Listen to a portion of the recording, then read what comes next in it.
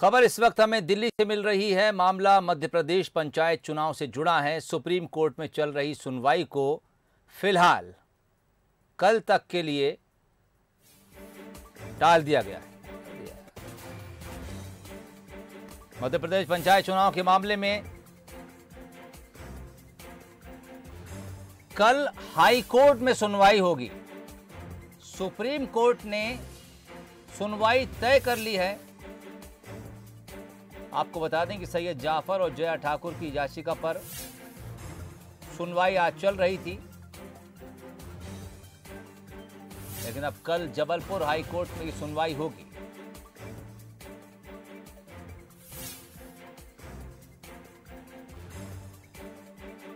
याचिकाकर्ता सैयद जाफर इस वक्त हमारे साथ फोन लाइन पर जुड़ गए हैं। जाफर साहब, लगातार ये खबर सुर्खियों में है कि सुप्रीम कोर्ट में आज सुबह से सुनवाई चल रही है। बहुत लंबे इंतजार के बाद ये खबर निकल कर आ रही है। क्या कुछ सुप्रीम कोर्ट ने कहा, आपके जरिए जानना चाहेंगे।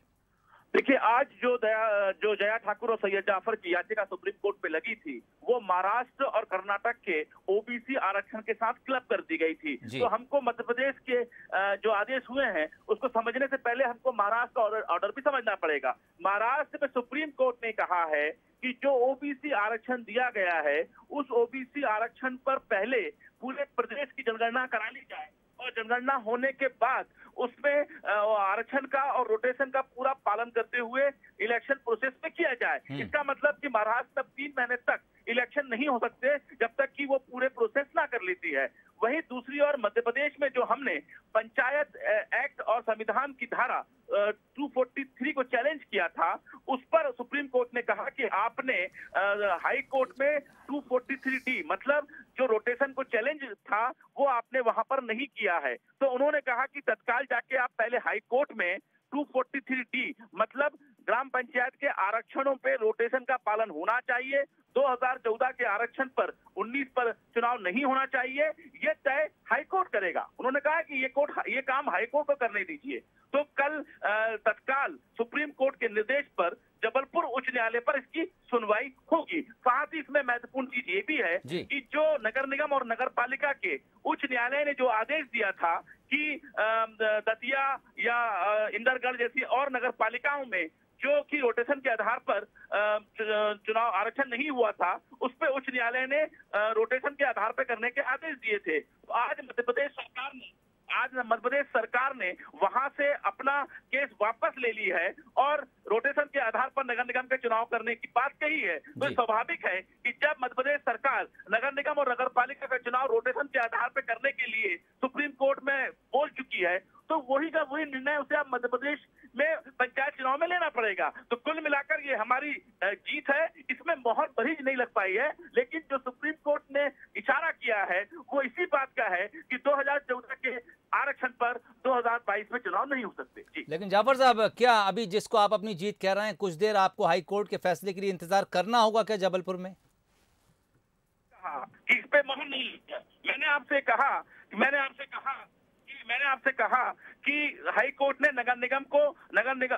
सरकार ने नगर निगम के मामले में रोटेशन मान लिया जी।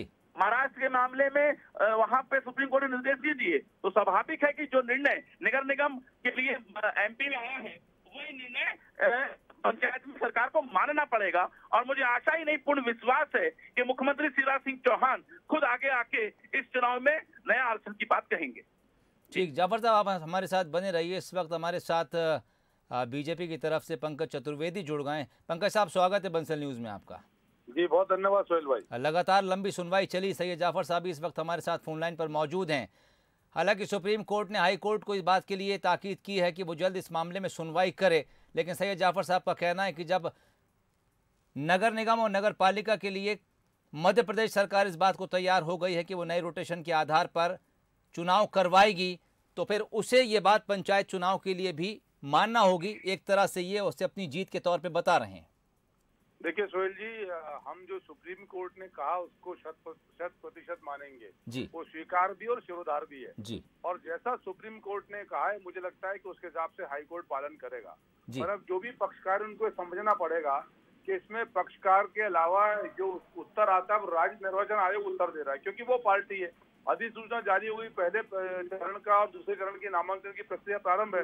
तो मुझे लगता है कि याचिकाकर्ता या कांग्रेस पार्टी जो भी हम इनको माने वो अपने सुझाव जरूर दे सकते हैं और उनको जो भी विषय रखना है कोर्ट पे रखे। सरकार या राज्य सरकार कोर्ट के हिसाब से काम करेगा। मामला सब जुडिस मैटर है और जैसा न्यायिक प्रक्रिया हम उसका पालन करेंगे और न्याय का सम्मान करेंगे। ठीक, जाफर साहब जुड़े हैं? जय जाफर साहब शायद बिजी हैं इसलिए उनसे हमारा संपर्क कट गया। पंकज जी बहुत शुक्रिया तमाम बातचीत के लिए। पंकज चतुर्वेदी का कहना है कि न्यायपालिका जो कुछ कहती है उसे अक्षरशः माना जाएगा, यानी जो शब्द भी जो आदेश उनकी तरफ से आते हैं वो पूरी तरह से माने जाएंगे। बहरहाल बड़ा अपडेट, सुप्रीम कोर्ट में आज सुनवाई हुई। सैयद जाफर जया ठाकुर ने ये याचिका दायर की थी। इसके अलावा महाराष्ट्र की कुछ याचिकाओं को भी साथ में क्लब कर सुप्रीम कोर्ट ने सुनवाई की। सुप्रीम कोर्ट ने मध्य प्रदेश हाई कोर्ट से ये कहा है कि इस मामले की सुनवाई आगे हाई कोर्ट करे। साथ ही ये भी कहा है कि जल्द इस मामले को लेकर निपटारा किया जाए, या यूं कहा जाए कि जल्द इसको फैसले तक पहुंचाने की बात सुप्रीम कोर्ट ने हाई कोर्ट से कही है।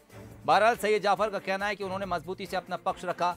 सरकार ने इस बात के लिए हामी भरी है सुप्रीम कोर्ट में कि वो नगर निगम और नगर पंचायत का चुनाव, माफ कीजिए नगर पालिका का चुनाव रोटेशन के आधार पर कराने को तैयार हैं।